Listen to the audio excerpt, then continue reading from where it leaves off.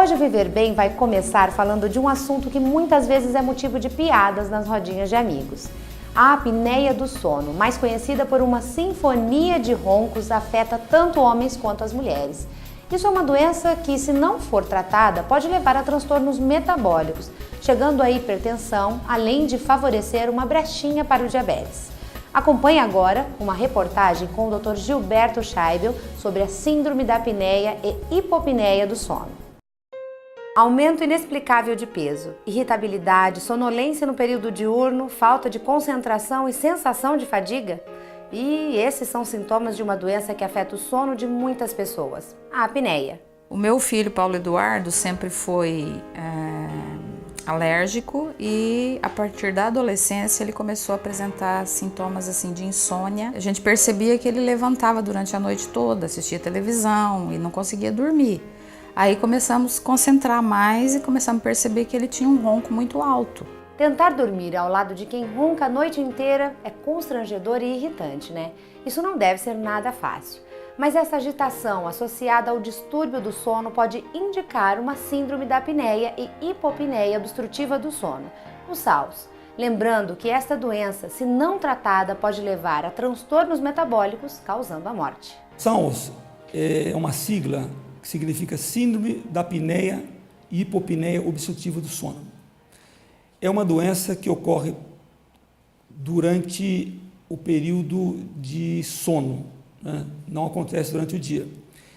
E é uma doença das vias respiratórias superiores com repercussões cardiorrespiratórias. Então, a apneia é uma parada da respiração. Então, o indivíduo, geralmente, ele ronca, né? Nem todo mundo que ronca tem apneia, mas todo mundo que tem apneia ronca. Então, o indivíduo, durante o sono, ele está roncando e para de roncar, assustando a companheira do lado. Isso aí pode acontecer várias vezes à noite, acarretando sonolência durante o dia e a sensação do sono não ter sido reparador.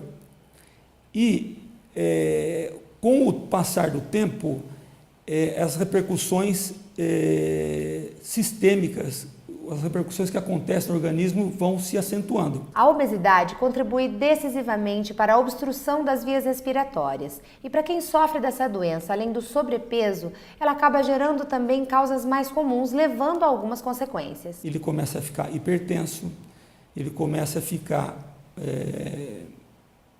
às vezes até diabético, né? E com o tempo, aumentando os níveis de colesterol, das gorduras do sangue, acarretando inclusive algum infarto do miocárdio. Minha esposa já reclamou bastante, a gente não percebe que ronca. As minhas filhas dormem com a porta do quarto fechada, porque diz que o barulho, quem ronca não escuta, né? E quem não ronca, está dormindo do lado e escuta. Minha mulher já mandou eu procurar um médico para me ver isso aqui, mas até hoje não fui ainda não, mas tenho de ir sim. Atualmente é possível identificar a síndrome da apneia através de exames. Em vista das queixas do paciente, da sonolência, do sono agitado, tudo isso aí, você tem que diagnosticar aonde é que há um colapso do pescoço, né? Então, a gente tem que primeiro fazer um diagnóstico endoscópico, que você vai saber se o paciente ele colaba a parede lateral da faringe, dos lados, ou se a língua cai para trás, ou se o palato cai para trás. Isso dando a apneia, a parada da respiração. Isso pode acontecer 1, 2 ou os 3 ao mesmo tempo, simultaneamente. Então, primeiro tem que fazer um exame endoscópico, que você simula uma apneia, para a gente ver qual o nível que está colabando. Depois disso aí, a gente tem que quantificar essa apneia. E esse exame chama-se polissonografia. Então, o indivíduo passa uma noite no laboratório do sono e ele vai ter o resultado. E aí, com esse resultado, e às vezes, quando ele tem alguma alteração esquelética também, por exemplo, o queixo para trás, ou esse osso aqui, o ióide, mais baixo, que você olha de perfil, o indivíduo, ele tem... Você vê que o pescoço já sai daqui do queixo, né? Então, essas alterações estruturais anatômicas de cada um a gente pede um exame que chama cefalometria, né, que é um exame, um raio-x de perfil que faz em gabinete odontológico. Com tudo isso na mão, você consegue formar um melhor tratamento para aquele indivíduo.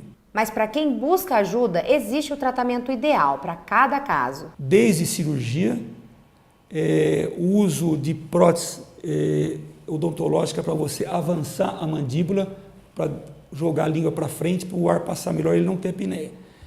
E indivíduos assim com uma obesidade que não tem condições de cirurgia, a gente recomenda um aparelho para dormir, que chama CPAP. É um aparelho de pressão positiva que o indivíduo dorme com ele à noite e ele não tem apneia.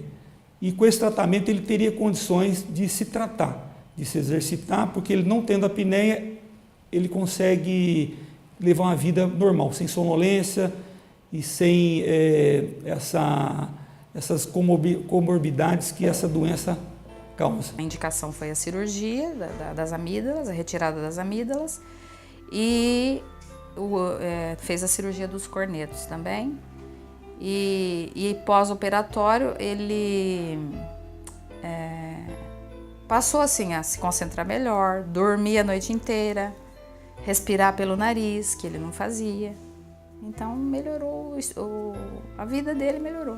Ter uma boa noite de sono e acordar disposto no outro dia são sinais de saúde, melhora o humor, a memória e previne doenças. Assim, para que isso ocorra, sempre é preciso algumas atitudes como as que vemos a seguir. Coma pouco à noite, faça uma refeição leve, pratique atividades físicas regularmente, chás de melissa e camomila ajudam a relaxar também. Procure sempre dormir e acordar no mesmo horário. São dicas simples que fazem toda a diferença. É preciso estar atento a alguns detalhes que a nossa saúde dá e socorrer imediatamente para que, assim, possamos viver com mais qualidade de vida.